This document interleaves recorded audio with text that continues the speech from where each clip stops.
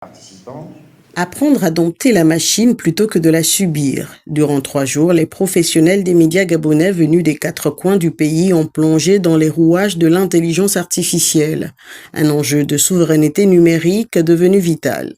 Car les chiffres donnent le tournis. Depuis la crise du Covid-19, plus de 95% des données mondiales ont été digitalisées. Il s'agit d'un investissement stratégique, à la fois pour le présent et pour l'avenir du journalisme gabonais. Cette ambition n'aurait pu se concrétiser sans l'engagement déterminé des autorités politiques et institutionnelles, dont la présence constitue un signal fort en faveur d'un encadrement responsable des mutations technologiques en cours. Ensemble, nous posons les jalons d'une réflexion nationale approfondie sur l'éthique journalistique, la protection des données, la propriété intellectuelle et l'usage responsable des technologies émergentes. Il ne vous a pas échappé que depuis la sortie des IA génératives, on ne parle que d'intelligence artificielle. On ne parle que de leur remplacement des humains par l'intelligence artificielle. Ou bien, cette technologie fait peur. C'est là où le Konya intervient. Vous donnez les outils à vous tous pour maîtriser et pour vous optimiser, pour être maître de l'intelligence artificielle, pour être un acteur de l'intelligence artificielle et non une victime.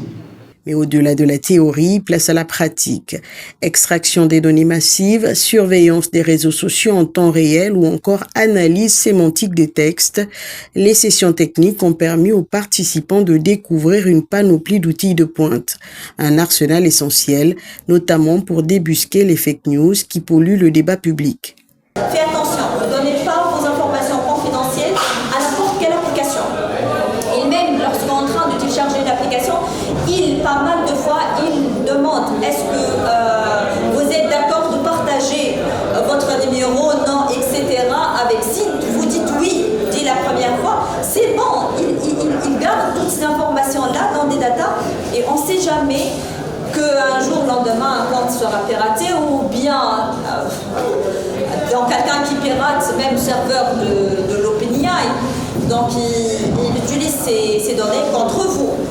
Durant 2 jours, nous avons appris comment utiliser les différentes applications, à savoir ChatGPT, Canva et puis d'autres applications également. Cela nous a permis de comprendre qu'avec l'intelligence artificielle, on ne peut plus s'en passer.